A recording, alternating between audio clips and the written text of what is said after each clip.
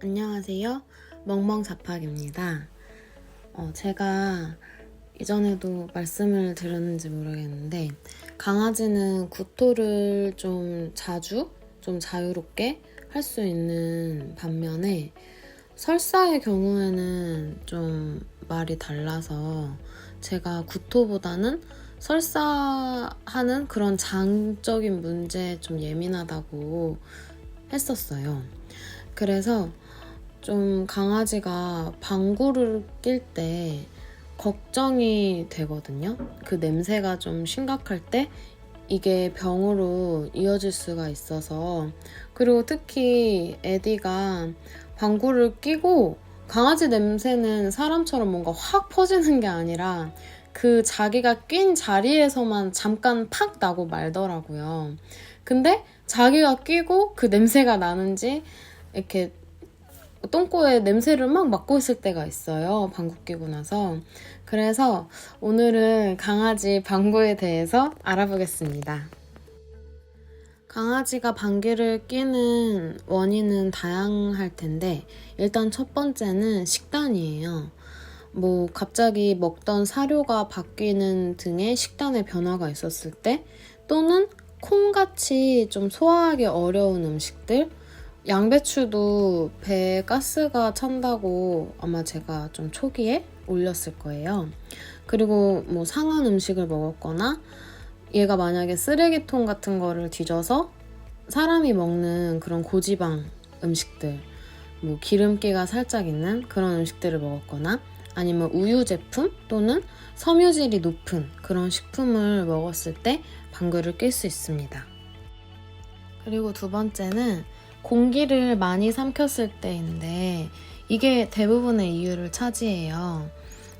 음식을 급하게 먹어서 사람도 이렇게 막 뭘 급하게 먹으면 갑자기 딸꾹질하고 그러잖아요. 공기가 많이 삼켜져가지고. 또 호흡기 질환이 있을 때, 아니면 산책 같은 걸 하고 와서 그 직후에 음식을 막 바로 먹었을 때, 이럴 때 공기가 같이 많이 삼켜지겠죠. 그리고 단두종 친구들 있잖아요. 시추같이 이렇게 코가 짧은 친구들, 그런 친구들도 방구를 자주 낍니다.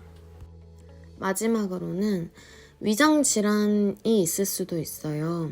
그런데 이렇게 공기를 많이 삼켰거나 식단의 변화가 아니고 이 위장 질환이 원인일 경우에는 일반적인 설사나 구토를 동반할 때랑은 다른 증상이 있어요. 좀 심각한 질병이 있을 때는 식욕 감퇴나 체중 감소, 이런 것들이 동반돼요. 그래서 저는 항상 저희 강아지 몸무게를 좀 재려고 노력을 하고 있고, 이게 대장 쪽에 암이 생겼을 수도 있고 아니면 소장에 세균이 좀 많이 증식해서 그럴 수도 있어요. 그런데 이게 소장부터 대장까지 쭉 장이 이어지는데 대장 쪽보다는 소장 쪽 질환이 훨씬 다루기 어렵고 힘든 질병이에요. 심각하고. 또 염증성 장 질환일 때도 방귀를 좀 자주 껴요. 이게 말 자체는 정말 우리 염증 하면 그냥 연고 바르면 나을 것 같이 저는 그런 느낌이거든요.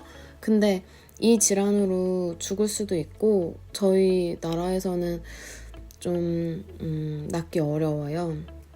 그리고 음식 과민성 알러지 때문에 그럴 수도 있고, 또는 기생충 바이러스 이럴 수도 있고, 췌장의 기능이 떨어져서일 수도 있고, 좀 여러 가지 장질환을 좀 알려주는 그런 신호가 방구일 수도 있어요.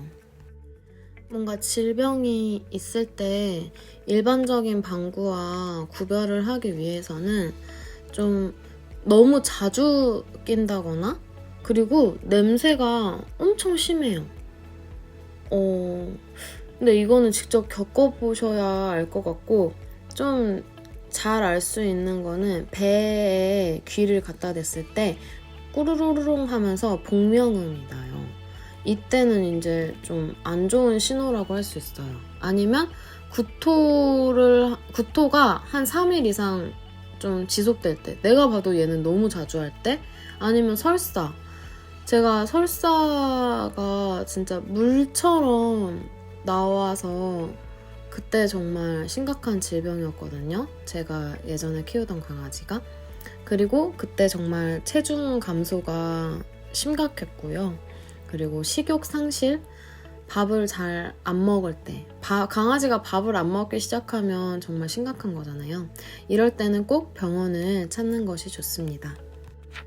그렇다면 강아지 장 건강을 위해서는 어떤 게 좋을까요? 저도 요즘 약간 건강하게 오래 살고 싶어서 영양제를 챙겨 먹기 시작했거든요. 강아지도 좀 어렸을 때부터 수의사의 추천하에 영양제를 먹으면 좋을 것 같아요. 뭐 아연이나 육하 추출물 이런 것들이 장 건강에 좋다고 하고, 또 우리도 유산균 챙겨 먹잖아요. 그래서 꼭 병원에서 상담을 하시고 유산균을 먹이시면 좋을 것 같아요. 이게 또 강아지 유산균은 좀 성분이 다른 게 많아서 만약에 짜먹는 그런 제형 있잖아요. 그런 거는 가끔 보면은 지방 함량이 너무 높더라고요.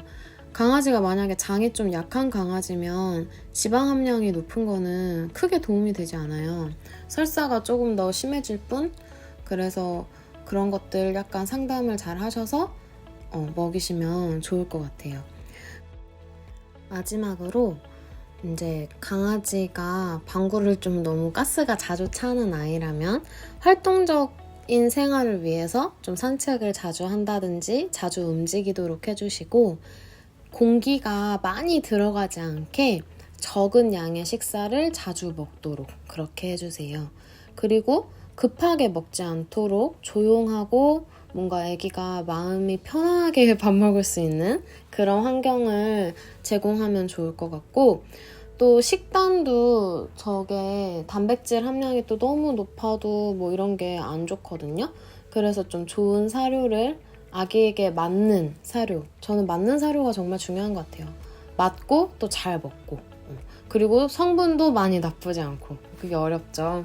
그런 식단을 잘 선택하시면 좋을 것 같고, 또 이제 단백질이나 탄수화물 그런 재료 있잖아요. 원료? 아무튼 그런 걸 바꾸는 게 때로는 도움이 돼요.